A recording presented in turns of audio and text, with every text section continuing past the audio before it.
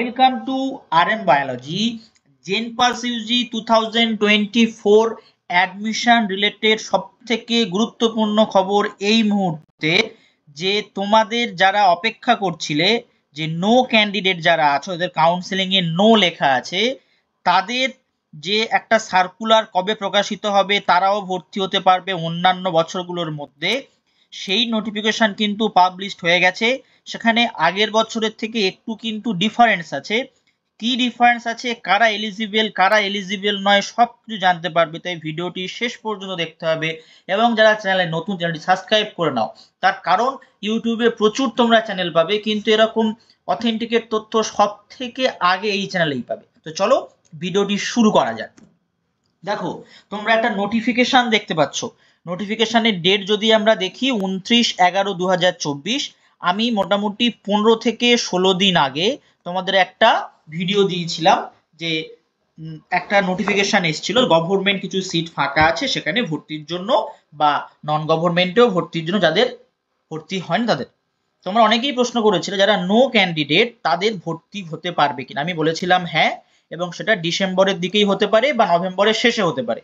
তো নভেম্বরের একদম শেষের দিকে দেখো 29 তারিখে নোটিফিকেশন এসছে। কি বলা হচ্ছে, in partial modification of circular number, এই যে সার্কুলার নম্বরটা দেয়া আছে নার্সিং ডিপার্টমেন্টে 29/10 প্রকাশ করা হয়েছিল, সেটা থেকে আরেকটু ডিফার করা হয়েছে হয়ে মডিফিকেশন করে কি বলা হচ্ছে, to fill up the vacant seats in BSc nursing course in non-government institution, the UR SC ST OBC and UR PWD candidate having score up to 20.83 যেটা কত 25th percentile এর সমান in JenPass UG examination 2024 of WB Joint Entrance Board or the candidates who obtain rank in NEET UG 2024 having domicile in West Bengal will be allowed for taking admission.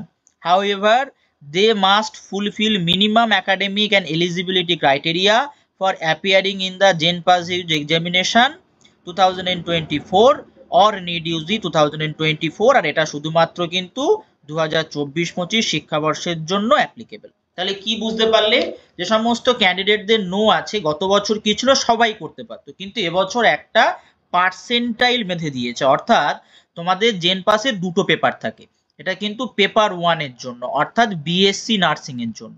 সেই paper 1 এ যাদের score 20.83 পর্যন্ত আছে একমাত্র কিন্তু তারাই eligible BSc nursing এর প্রাইভেটে ভর্তি হওয়ার জন্য। এই পার্টিকুলার মার্কসটা তোমার সমস্ত অল ক্যাটাগরির জন্য, কোনো ক্যাটাগরির জন্য কিন্তু আলাদা আলাদা নয়, সমস্ত ক্যাটাগরির জন্য কিন্তু এই মার্কসটা মিনিমাম মার্কস করা হয়েছে, ঠিক আছে। এবং যারা নিট পরীক্ষা দিয়েছো, দিয়ে যারা র্যাঙ্ক পেয়েছো, who obtain rank in NEET UG examination 2024, তারাও এলিজিবল। এবারে তাদের কি করতে হবে, মিনিমাম যে একাডেমিক এলিজিবিলিটি প্রয়োজন সেটা কিন্তু থাকতে হবে, সেটা মোটামুটি প্রত্যেকেরই আছে, নাহলে তোমরা জেনপাস ইউজি পরীক্ষায় বসতে পারতে না। তাহলে যারা নো ক্যান্ডিডেট বুঝতে পারলে যে তোমাদের কিন্তু খুব একটা ভালো সুযোগ, তোমরা যারা অলরেডি সিট বুক করে রেখেছো বা যারা ভর্তি হতে চাইছো, যারা যোগাযোগ করে রেখেছো, তারা কিন্তু সবাই ভর্তি হতে পারবে যাদের মার্কসটা এই পর্যন্ত আছে। তো তোমরা ভর্তি হতে পারবে কি পারবে না কি করে বুঝবে, তোমরা প্রত্যেকে তোমাদের র্যাঙ্ক কার্ডে দেখবে তোমাদের পেপার 1 এর এই জায়গায় যে স্কোরটা দেয়া আছে সেই স্কোরটা কত আছে। এই স্কোরটা কিন্তু 20.83 হতেই হবে। 20.83 হচ্ছে মিনিমাম 20.83 হতেই হবে, ঠিক আছে। যেমন এই ক্যান্ডিডেটটা 22.5833 পেয়েছে, তার মানে এই ক্যান্ডিডেটটা কিন্তু এলিজিবল এই পার্টিকুলার নোটিফিকেশনের হিসাবে। তাহলে আজকের ভিডিওটি এই পর্যন্ত। ভিডিওটি প্রচুর পরিমাণে শেয়ার করে দাও, যারা অপেক্ষা করছিলে, যাদের ইচ্ছা নার্সিং নিয়ে পড়ার, তাদের জন্য কিন্তু অত্যন্ত সুখবর এটা।